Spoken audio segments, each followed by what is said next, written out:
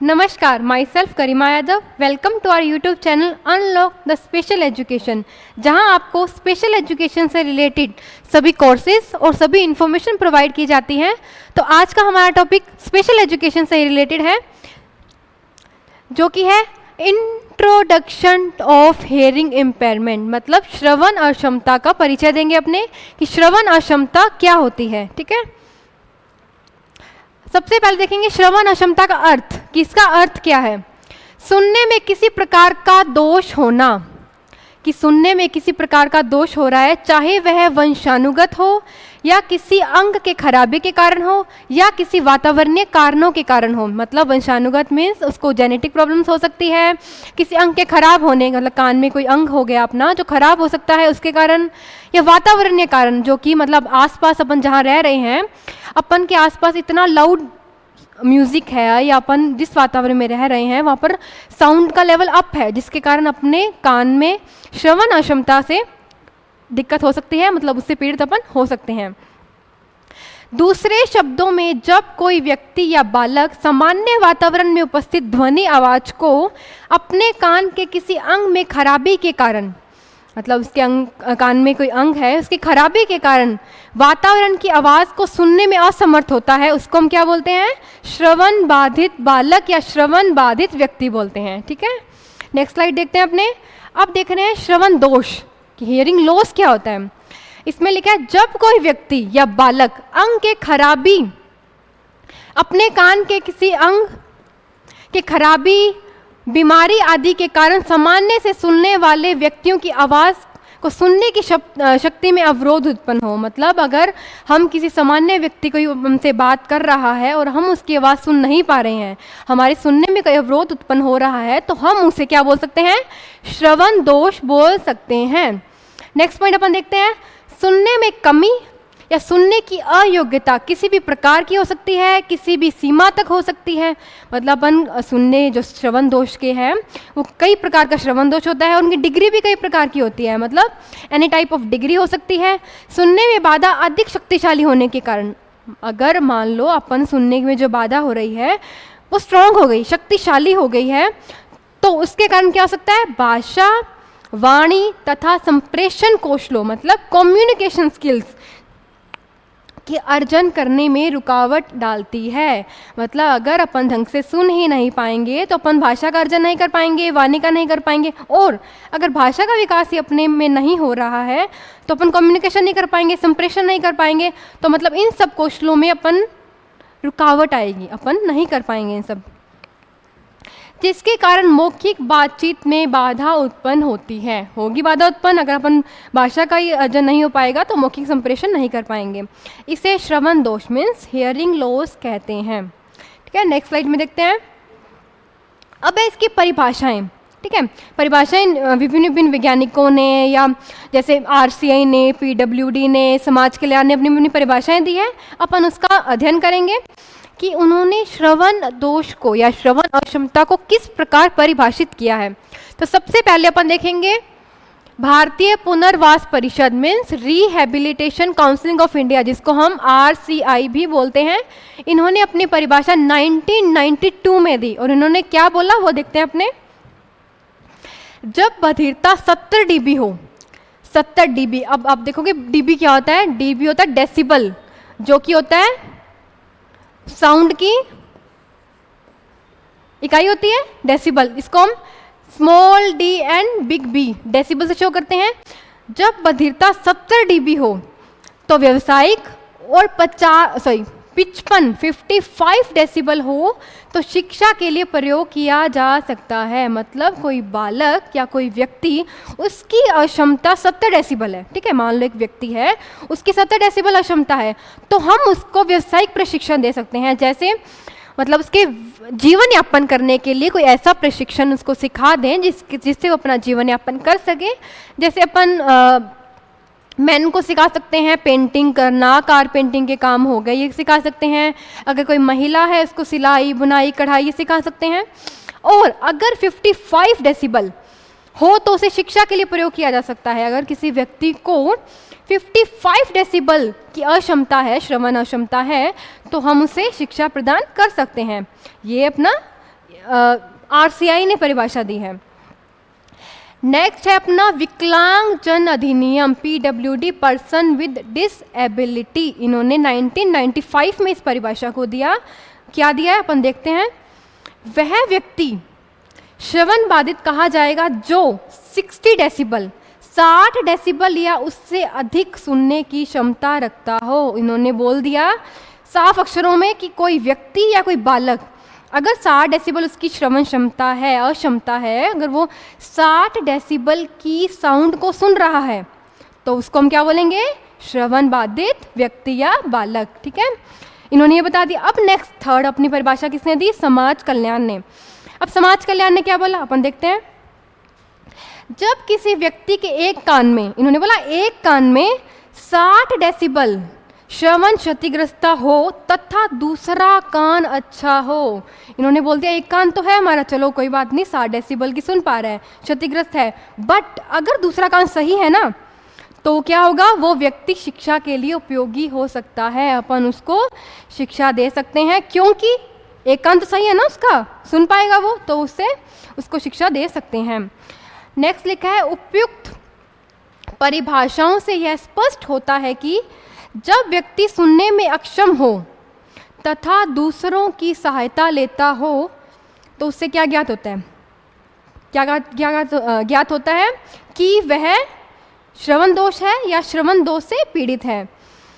अब देखते हैं, श्रवण दोष एक अदृश्य एवं छिपी हुई अक्षमता है।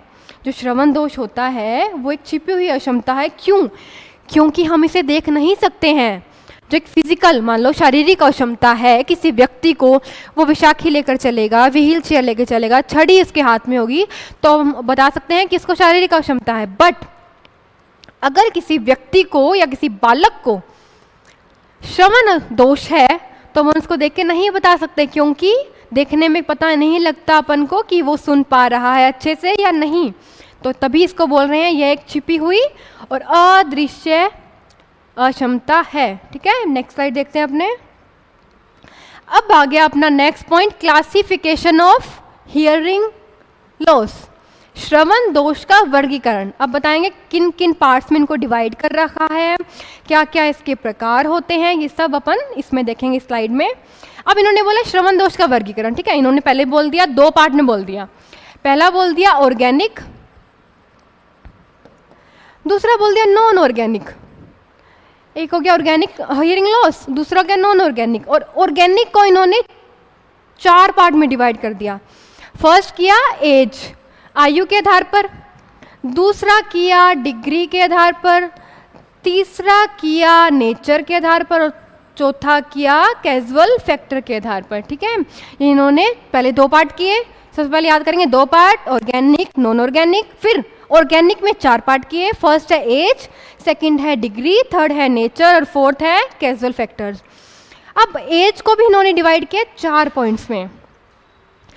एज, आयु के आधार पर भी इन्होंने 4 पॉइंट में बताया है कि 4 प्रकार के हियरिंग लॉस हो सकते हैं। फर्स्ट बोला इन्होंने जेनिटल हियरिंग लॉस, सेकंड हो गया एक्वायर्ड हियरिंग लॉस, थर्ड हो गया प्री लिंगुअल हियरिंग लॉस और फोर्थ हो गया पोस्ट लिंगुअल हियरिंग लॉस। इन्होंने 4 भागों में डिवाइड कर दिया। अब अपने 1 बाय 1 सभी की डेफिनेशन देखते हैं। ठीक है, सबसे पहले शुरू क्या था, फर्स्ट पॉइंट क्या था, ऑर्गेनिक और नॉन ऑर्गेनिक। पहले इसको पढ़ते हैं। फर्स्ट है ऑर्गेनिक दोष। इसमें क्या होता है, सिंपल सा फंड है, श्रवण पद्धति जो ऑडिटरी सिस्टम होता है ना, इसमें खराबी होती है। ऑर्गेनिक मतलब जो सुनने का सिस्टम होता है, ऑडिटरी सिस्टम, इसमें खराबी होगी तो मतलब हो गया ऑर्गेनिक दोष, खत्म। अब आ गया नॉन ऑर्गेनिक। इसमें भी सीधी सी बात है, इसमें क्या होता है, इसमें जो किसी प्रकार खराबी नहीं होती है, मतलब इसमें ऑडिटरी सिस्टम होता है ना जो वो बिल्कुल सही रहता है, बट ये जो दोष होता है ना, ये मनोवैज्ञानिक कारण से होता है, मतलब अपने दिमाग में होता है ये दोष। इसे अपन कार्यात्मक दोष भी बोलते हैं। कभी कभी यह ऑर्गेनिक श्रवण दोष के साथ भी हो जाता है, मीन्स उसको ऑर्गेनिक दोष भी होगा, ऑडिटरी सिस्टम में दिक्कत भी होगी और उसको मनोवैज्ञानिक कारणों से भी वो दोष हो सकता है। अब इसने एग्जाम्पल के जरिए अपन को बताया कि क्या है, लाइन से समझ नहीं आया, अब एग्जाम्पल से समझते हैं। अब दिया इन्होंने एग्जाम्पल, कभी कभी मरीज मीन्स जो श्रवण अक्षमता से ग्रसित है को सौम्य एवं मध्य श्रवण दोष होता है। सौम्य मीन्स माइल्ड, मध्यम मतलब मॉडरेट, माइल्ड और मॉडरेट होता है उसको, बट वो ऐसा बिहेव करता है कि उसको अति तीव्र है, मतलब मॉडरेटली सीवियर या प्रोफाउंड दोष है। तो मतलब ये अपने मनोविज्ञानी के कारण से ही हो गया ना, होता तो उसको सौम्य और मध्यम है, बट वो ऐसा व्यवहार करता है कि जिससे उसको लगता है कि उसको अति तीव्र श्रवण दोष होता है। ये हो गया नॉन ऑर्गेनिक। ठीक है, नेक्स्ट अपन देखते हैं। अब आ गया आयु के आधार पर। ऑर्गेनिक में पहला पॉइंट क्या था, आयु के आधार पर, उसको 4 भागों में डिवाइड किया था। सबसे पहले अपन वही देखते हैं। अब है आयु के आधार पर, age onset hearing loss. आयु के आधार पर कैसा होगा, इसको इन्होंने 4 भागों में डिवाइड किया।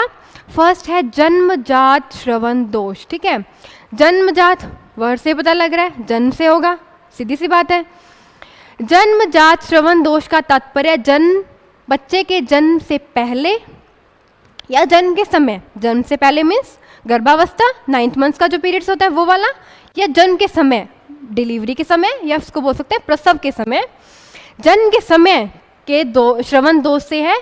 यह श्रवण दोष जन्म से पूर्व या जन्म के दौरान अर्जित हो सकता है, जिसको अपन बोलते हैं प्रीनेटल, जन्म से पहले, और नेटल होता है जन्म के दौरान, और पोस्ट नेटल होता है जन्म के बाद। ये मैंने आपको नॉलेज के लिए बताया। अब देखते हैं second point, acquired hearing loss, अर्जित श्रवण दोष। वो तो जन्मजात था, सिंपल सी बात थी। अब है अर्जित, वो क्या होता है, इस प्रकार के श्रवण दोष में किसी समय व्यक्ति का श्रवण इंद्रिय, मतलब जो मैकेनिज्म होता है उसका, ऑडिटरी मैकेनिज्म, वो सामान्य होता है, बिल्कुल नॉर्मल होता है। बट अर्जित का मीन्स एक्वायर्ड, लिया है उसने किसी रीजन से। क्या किया उन्होंने, दुर्घटना के कारण उसको हियरिंग लॉस हो गया। पहले बिल्कुल सही था वो, फिर उसको दुर्घटना हुई जिसके कारण उसको क्या हुआ, हियरिंग लॉस हुआ। पहले क्या था, जन्मजात, उसको जन्म से ही था, इसमें क्या किया, दुर्घटना के कारण हुआ है इसको हियरिंग दोष। अब इन्होंने बोल दिया कि दुर्घटना हो गई, चलो ठीक है, श्रवण दोष हो गया। अब इसको भी 2 भागों में डिवाइड किया इन्होंने। पहला बोल दिया इन्होंने भाषा विकास से पूर्व, और दूसरा बोल दिया भाषा विकास के बाद। ठीक है, अपन देखते हैं क्या होता है इसमें। इसको इंग्लिश में बोलते हैं प्री लिंगुअल हियरिंग लॉस, और इसको बोलते हैं पोस्ट। प्री का मतलब पहले, पोस्ट का मतलब बाद में। ठीक है, लिंगुअल मतलब भाषा। भाषा विकास से पूर्व, वर्ड से पता लग रहा है कि भाषा विकास से पूर्व जो श्रवण दोष होता है उसको हम क्या बोलते हैं, प्री लिंगुअल हियरिंग लॉस। भाषा विकास से पूर्व मतलब अपना जो 0 वर्ष से लेकर 3 वर्ष तक बच्चे का क्रांतिकाल होता है, उसमें क्या बच्चा लगभग 2-2.5 साल के आसपास होता है, तभी भाषा सीखना शुरू करता है वो, मतलब उससे पहले ही उसको श्रवण दोष हो जाए। अब इसको वर्डिंग में देखते हैं अपन। यह श्रवण दोष बालक की भाषा विकास से पूर्व या भाषा अर्जन करने से पहले ही उसको हो जाता है, तो उसे क्या बोलते हैं, प्री लिंगुअल हियरिंग लॉस। ठीक है, अब आएगा भाषा विकास के बाद, बिल्कुल ऑपोजिट कर दो इसको, ये पहले था और ये बाद में हो जाएगा। मतलब वह श्रवण दोष जो भाषा अर्जित हो गई उसकी, मतलब मान लो 4 साल का बच्चा है, उसको भाषा आती है, और उसके बाद कोई दुर्घटना से, कोई बीमारी से, या कोई भी अकस्मात रीज़न भी हो सकते हैं सडन, अगर उससे उसको हियरिंग लॉस हो रहा है तो उसको बोलते हैं अपन पोस्ट लिंगुअल हियरिंग लॉस। ठीक है, क्लियर है। नेक्स्ट पोस्ट देखते हैं हम स्लाइड में।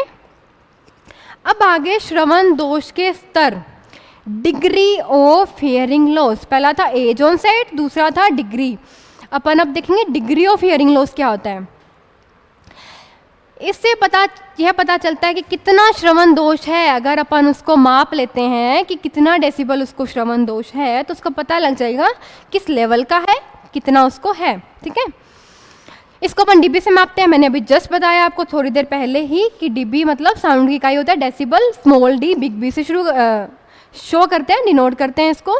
गुडमैन, अब ये गुडमैन है, इन्होंने बताया है, इन्होंने 1995 में ये जो अपने श्रवण दोष के स्तर है ये बताया अपने को। अब देखते हैं क्या क्या स्तर बोले हैं इन्होंने। ठीक है, गुडमैन के अनुसार इन्होंने बोला अगर कोई व्यक्ति या कोई बालक अगर -10 डेसिबल, मतलब इससे कम का बोल सकते हैं माइनस में, 215 डीबीएचएल, डीबीएचएल की फुल फॉर्म क्या होगा, डेसिबल, डेसिबल तो है ये, डेसिबल हियरिंग लॉस। ठीक है, मतलब कितना हो रहा है उसको। अगर इस कैटेगरी में कोई व्यक्ति आ रहा है तो वो मतलब नॉर्मल हीयर सेंसिटिविटी से है, मतलब उसका नॉर्मल सामान्य श्रवण दोष है, कोई दिक्कत नहीं है उसको। अगर 16 डेसिबल से लेकर 25 डेसिबल के बीच में अगर उसकी हियरिंग श्रवण अक्षमता है, सुनने की क्षमता है उसको, तो मिनिमल, थोड़ा सा अति बोल सकते हैं इसको। अब आ गया 26 से 40, अगर मान लो 26 डेसिबल से 40 डेसिबल के अंदर बोल सकते हैं, मतलब इस कैटेगरी के अंदर कोई बालक या कोई व्यक्ति आ रहा है तो इसको माइल्ड हियरिंग लॉस, मतलब सौम्य, थोड़े से ज़्यादा, थोड़ा सा भी अति था उससे ज़्यादा हो गया, सौम्य श्रवण दोष। फिर आ गया 41 डेसिबल से लेकर 55 डेसिबल के बीच में जो व्यक्ति या बालक की श्रवण क्षमता होती है उसे मॉडरेट हियरिंग लॉस, मतलब मध्यम हियरिंग लॉस बोलते हैं अपने। फिर है 56 डेसिबल टू 70 डेसिबल के अंतर्गत जो व्यक्ति आते हैं उनको बोलते हैं मॉडरेटली सीवियर हियरिंग दोष। नेक्स्ट है 71 डेसिबल से लेकर 90 डेसिबल तक जो आते हैं उसको सीवियर, तीव्र हियरिंग दोष बोलते हैं उसको, हियरिंग श्रवण दोष बोलते हैं उसको। लास्ट 90 डेसिबल से अबव, मतलब लास्ट प्रोफाउंड, बिल्कुल अति तीव्र, मतलब उसको कुछ भी सुनाई नहीं देता है, बिना हियरिंग एड के, बिना श्रवण यंत्र के ये कुछ भी नहीं सुन पाता है। और कभी कभी तो इन बच्चों को जो 90 डेसिबल से अबव होते हैं, अगर उनको श्रवण यंत्र लगा भी दें तो भी उनको नहीं सुन पाता है, क्योंकि अति तीव्र में कभी कभी श्रवण यंत्र भी काम नहीं करते हैं। अब नेक्स्ट दिया इन्होंने WHO ने, वर्ल्ड हेल्थ ऑर्गेनाइजेशन ने अपना टेबल बताया है कि भाई हमने इन कैटेगरी को माना है श्रवण दोष के अंदर। पहले क्या था, गुडमैन ने बताया था, अब है WHO के अनुसार। इन्होंने फर्स्ट में बोला 0 dBHL टू 25 dBHL, मतलब 0 से लेकर 25 डेसिबल तक अगर किसी व्यक्ति को हियरिंग लॉस है तो वो नॉर्मल में आएगा। अगर 26 से 40 तक है तो माइल्ड में आएगा, सौम्य में। 41 से 55 तक है तो वो मॉडरेट में आएगा। एंड 56 dBHL से 70 dBHL तक है तो वो मॉडरेटली सीवियर में आएगा। फिर है 71 dBHL से लेकर 90 dBHL के अंदर जो जिसकी श्रवण अक्षमता आएगी उसको सीवियर हियरिंग लॉस, तीव्र हियरिंग लॉस बोलेंगे। एंड लास्ट 90 से अबव, लास्ट में था वैसा ही होगा, अति तीव्र, मतलब बिल्कुल उसे कुछ भी सुनाई ना दे, प्रोफाउंड हियरिंग लॉस बोलते हैं उसको। ठीक है, ये अपनी 2 टेबल हो गई, एक थी गुडमैन के अनुसार, दूसरी थी WHO के अनुसार। ठीक है, अब नेक्स्ट है अपना प्रकृति के आधार पर नेचर ऑफ हियरिंग लॉस क्या होता है। ठीक है, फर्स्ट इन्होंने बोला है अकस्मात hearing loss, means sudden hearing loss. किसी व्यक्ति की अचानक दुर्घटना, बीमारी या अथवा आघात होने के कारण, दुर्घटना की अचानक ही होती है, बीमारी भी अचानक ही होती है, तो दोष भी अचानक ही आएंगे। तो इसके कहने का मतलब यही है कि अगर किसी व्यक्ति को अचानक कोई बीमारी हो जाए या कोई दुर्घटना हो जाए या कोई आघात होने के कारण श्रवण अक्षमता होती है, उसे हम अकस्मात श्रवण दोष कहते हैं। नेक्स्ट है प्रगतिशील श्रवण दोष, प्रोग्रेसिव हियरिंग लॉस। इसमें श्रवण क्षमता उम्र के साथ धीरे धीरे होती जाती है, मतलब ऐसा नहीं सडन हो जाएगा, ना कोई दुर्घटना ना कोई बीमारी, ये धीरे धीरे होगी। अपन भी अपनी फैमिली में देखते हैं, अपने जो बुजुर्ग हैं, दादा नाना, इनका क्या है, एक एज के बाद सुनने की क्षमता थोड़ी कम हो जाती है, ये उन्हीं में आएंगे। प्रोग्रेसिव हियरिंग लॉस में कौन आएंगे, जिनकी उम्र के साथ धीरे धीरे सुनने की क्षमता कम होती जाती है, वो आते हैं प्रगतिशील श्रवण दोष के अंतर्गत। खत्म ये वाला पॉइंट। अब आ गया कारणों के आधार पर, कि कारणों के आधार पर श्रवण दोष क्या होता है। इसको इन्होंने 5 प्रकार से बांटा है। फर्स्ट बोल दिया कंडक्टिव हियरिंग लॉस, जिसको बोलते हैं अपन चालकीय श्रवण दोष। सेकंड हो गया मिक्स्ड हियरिंग लॉस, मिश्रित श्रवण दोष। थर्ड हो गया संवेदी तंत्रिकीय दोष, sensory neural hearing loss. Fourth हो गया केंद्रीय श्रवण दोष, central hearing loss. And fifth कार्यात्मक फंक्शनल हियरिंग लॉस। अब अपन इन 5 की डेफिनेशन देखेंगे क्या होता है ये। फर्स्ट पॉइंट है चालकीय श्रवण दोष, कंडक्टिव हियरिंग लॉस। इसमें क्या होता है, यह मध्य कर्ण एवं कान के बाहरी हिस्से, मैं इसी लैंग्वेज में बताती हूँ क्या होता है। जो इसमें क्या होता है, अपने external ear plus middle year में दिक्कत होती है।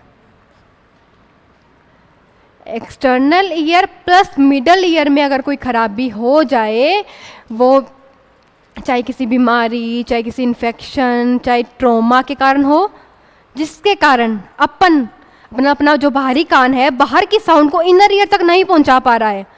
जब इनर ईयर तक पहुंच ही नहीं पाएगी साउंड, तो अपन सुन नहीं पाएंगे। तो उस प्रकार का दोष हो जाए तो उसको बोलते हैं चालकीय श्रवण दोष। सीधा सा इसमें याद रखो कि एक्सटर्नल ईयर में दिक्कत प्लस मिडल ईयर में, इसको बोलते हैं चालकीय श्रवण दोष। ठीक है, अब इनके कारण क्या होते हैं, ये होता क्यों है।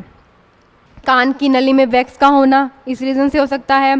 बाह्य कर्ण में जो एक्सटर्नल ईयर है उसमें, मध्य कर्ण मिडल ईयर में कोई बीमारी हो गई, कान का बहना, कान में दर्द होना, ये सब लक्षण जो होते हैं ये इसमें आते हैं। अगर ये लक्षण दिखाई दे रहे हैं उस व्यक्ति के कान में दिक्कतें हो रही है, तो उसको कौन सा दोष होगा, चालकीय श्रवण दोष।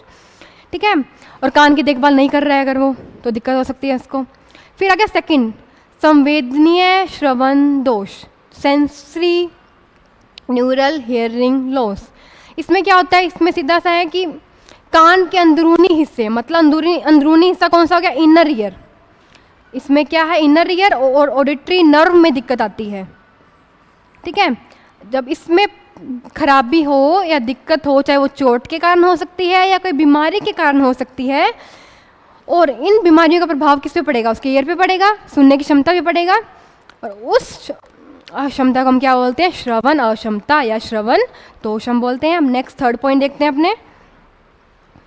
थर्ड नहीं, सबसे पहले इसका लास्ट का अपन ने देखा रीज़न, अब इसके भी रीज़न देखेंगे क्यों होता है ये। ठीक है, इन्होंने बोला कुछ कारण जिनकी वजह से जन्मजात संवेदनीय श्रवण दोष होते हैं। इनका रीज़न, शैशवावस्था में आनुवांशिक बधिरता, मतलब आनुवांशिक मतलब जेनेटिक प्रॉब्लम आ गई, मान लो शैशवावस्था, मान लो उसके फैमिली बैकग्राउंड में किसी व्यक्ति, चाहे उसके पेरेंट्स हो, चाहे उसके दादा दादी हो, नाना नानी हो, किसी को भी पहले किसी को श्रवण दोष था, तो जेनेटिक उसको आ सकता है, मिल सकता है। फिर आ गया जन्म के समय श्वासावरोध, जन्म होते समय ऑक्सीजन की कमी, अगर किसी बालक को जन्म होते ही श्वास नहीं ले पा रहा है, ऑक्सीजन की कमी हो रही है उसके कारण क्या होगा, बच्चा नीला पड़ जाएगा, है ना, दिक्कत आएगी उसको, तो उस ऑक्सीजन की कमी से भी उसको श्रवण दोष हो सकता है। फिर है गर्भावस्था में वायरल संक्रमण, गर्भावस्था में मतलब उसकी माता को अगर संक्रमण हो रहा है तो उसका प्रभाव उसके बच्चे पर पड़ेगा, जिसके कारण उसको दोष हो सकता है। फिर है गर्भावस्था या गर्भावस्था के प्रथम 3 माह के दौरान एक्सरे का प्रभाव।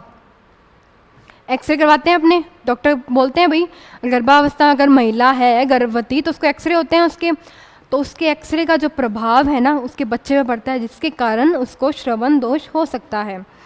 ठीक है, अब नेक्स्ट थर्ड पॉइंट, मिश्रित श्रवण दोष, मिक्स्ड हियरिंग लॉस। पहला क्या पढ़ा अपन ने, E plus M, external plus middle ear, दूसरा क्या था, inner ear plus auditory nerve में दिक्कत आ रही थी। अब इसमें क्या है, मिक्स, दोनों को मिक्स कर दो, मतलब इसमें चालकीय एवं संवेदनीय, कंडक्टिव और सेंसरी न्यूरल दोनों को मिक्स करके जो दिक्कत आएगी ना, inner ear, middle ear, outer ear और सब में दिक्कत, तो ये हो गया मिक्स्ड हियरिंग लॉस, जिसे क्या बोलते हैं हम, क्रोनिक सुपर्टिन ओटिटिस मीडिया भी बोलते हैं। ठीक है, इसमें क्या होता है, कान में मवाद आता है, खून स्वच्छ पानी लगातार बहता रहता है, तो और यह चालकीय दोष के साथ शुरू होता है। मतलब ये जो मिक्स्ड हियरिंग लॉस है ना, पहले चालकीय दोष मतलब पहले कंडक्टिव होगा, मतलब पहले एक्सटर्नल प्लस मिडल में दिक्कत होगी, और अगर उसका उपचार नहीं किया अपन ने तो वो होते होते होते होते कहाँ तक पहुँच जाएगी, सेंसरी न्यूरल तक, जो कि था इंटरनल इनर ईयर, मतलब वो इनर ईयर तक पहुँच जाएगी। लिखा भी हुआ है इसमें, अगर इसका ठीक समय से ठीक ढंग से उपचार ना किया जाए तो बाद में उसका रूपांतरण सेंसरी न्यूरल इम्पेयरमेंट मतलब इसमें दोष में हो जाता है। ठीक है, ये था मिक्स्ड हियरिंग लॉस। अब रह गए अपने 2 एक है केंद्रीय सेंट्रल हियरिंग लॉस, दूसरा है कार्यात्मक। सेंट्रल हियरिंग लॉस में क्या होता है, केंद्रीय श्रवण दोष चोट के कारण होता है, ठीक है। इसमें क्या होता है, श्रवण तंत्रिका के संक्रमण के कारण होता है। और अगर श्रवण तंत्रिका के अपर्याप्त रूप से विकसित हो गया, अगर श्रवण तंत्रिका अपना अपर्याप्त रूप से विकसित हो गया तो उसको केंद्रीय हियरिंग लॉस मतलब सेंट्रल हियरिंग लॉस हो सकता है, ठीक है। इसमें क्या होता है, बच्चा सुन तो पाता है लेकिन सुना हुआ समझ नहीं पाता है। इस हियरिंग लॉस में क्या होता है, बच्चा आपकी आवाज़ सुन लेगा बट सुनकर अपने माइंड में रख लेगा, बट उसको समझ नहीं पाएगा कि बोलना क्या चाह रहा है वो, ठीक है। कुछ बच्चों को जिन्हें बिना सुनने वाला या सीखने में असमर्थ कहा जाता है, मतलब उसको बिना सुनने वाला बोलते हैं, इस प्रकार के श्रवण हानि से ग्रसित होते हैं। मतलब वो सुन पा रहा है समझ नहीं पा रहा, इसको हम क्या बोलते हैं, या तो बिना सुनने वाला है या सीखने में असमर्थ है, उसको हम बोलते हैं श्रवण हानि से ग्रसित बालक। अब है कार्यात्मक श्रवण दोष, फंक्शनल हियरिंग लॉस। ये किस रीजन से होता है, यह मनोवैज्ञानिक कारणों से होता है या व्यक्तिगत लाभ के लिए सुनने के लिए किया जाता है। इसमें कान के किसी भी भाग में कोई खराबी नहीं होती है, मतलब अपना जो ऑडिटरी सिस्टम है बिल्कुल सही होता है।